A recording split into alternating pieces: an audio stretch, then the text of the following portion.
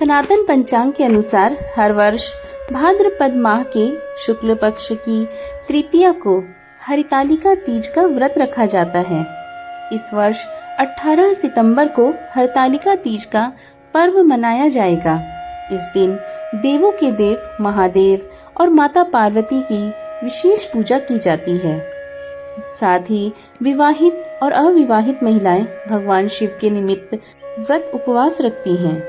धार्मिक मान्यता है कि हरितालिका तीज व्रत करने से सुख और सौभाग्य में वृद्धि होती है, साथ ही पति की आयु लंबी होती है। इस व्रत के पुण्य प्रताप से परिवार में खुशहाली बनी रहती है। वहीं अविवाहित युवतियों को मनचाहा वर मिलता है।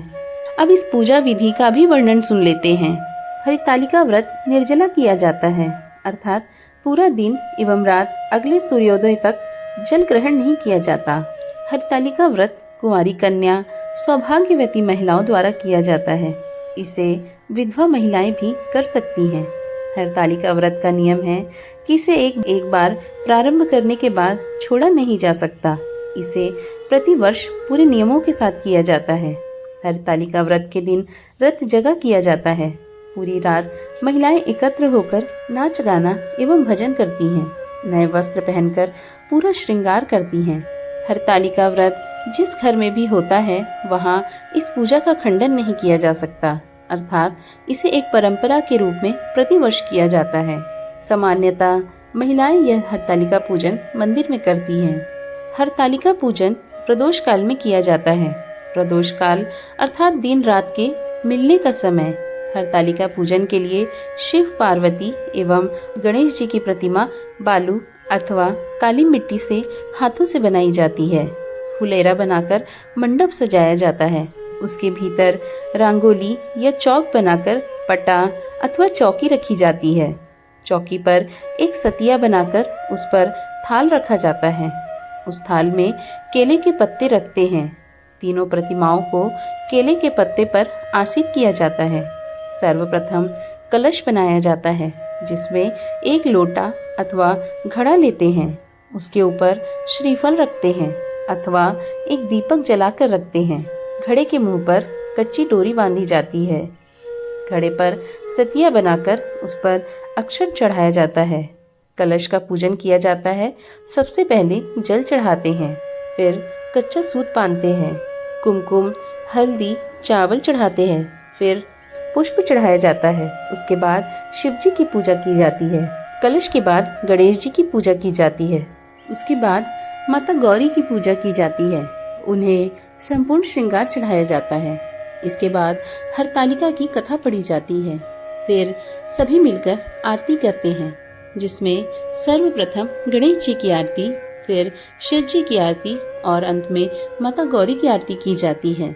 पूजा के बाद भगवान शिव की परिक्रमा की जाती है। रात भर जागकर 5 पूजा और आरती की जाती है।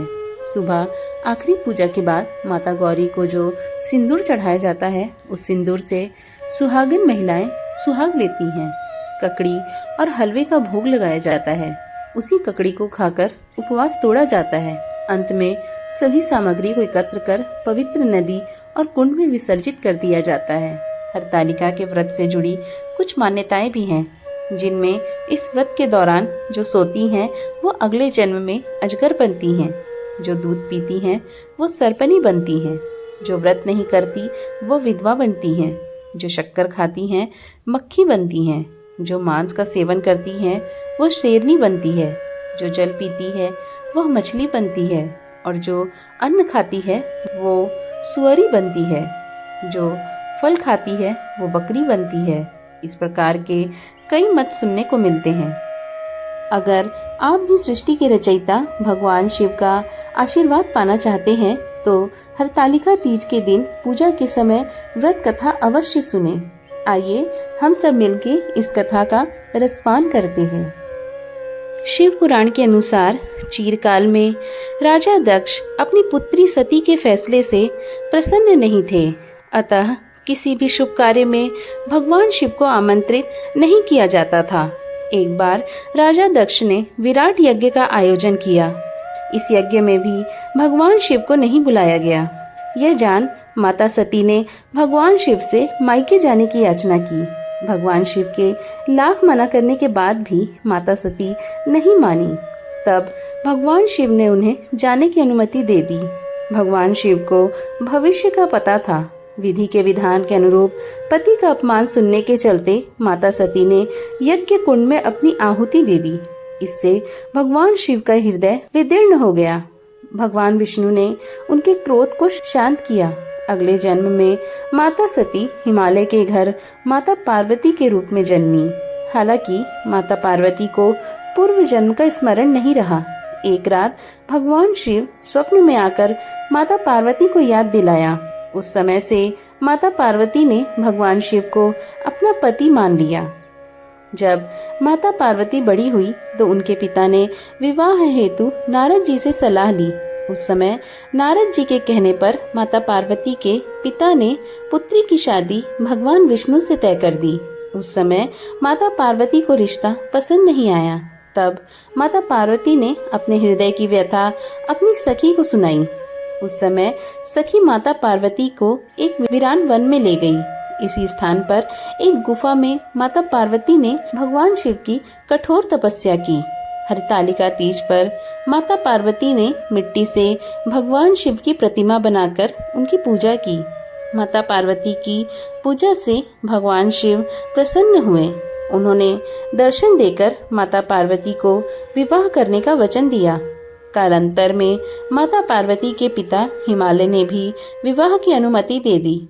अतः हरतालिका तीज व्रत करने से साधक की सभी मनोकामनाएं यथाशीघ्र पूर्ण होती हैं। आइए अब जानते हैं इस वर्ष हरतालिका तीज का शुभ मुहूर्त कब है। हरतालिका तीज का आरंभ 17 सितंबर को सुबह 11:08 पर होगा और इसका समापन 18 सितंबर को दोपहर में करीब 12:39 पर होगा। उदया तिथि की मान्यता के अनुसार यह व्रत 18 को रखा जाएगा। हरतालिका तीज की सुबह को पूजा सुबह 6 बजे से रात को 8:24 पर होगी। दोस्तों, अगर अब तक आप वीडियो देख रहे हैं तो आपने हरतालिका तीज व्रत की कथा, नियम और पूजा विधि जानी। आपको ये कथा कैसी लगी हमें नीचे बने कमेंट बॉक्स में जरूर बताएं। भगवान शिव और माँ गौरी की कृपा आप पर सदा बनी रहे। हम मिलेंगे नई कथा के साथ। तब तक के लिए राधे राधे।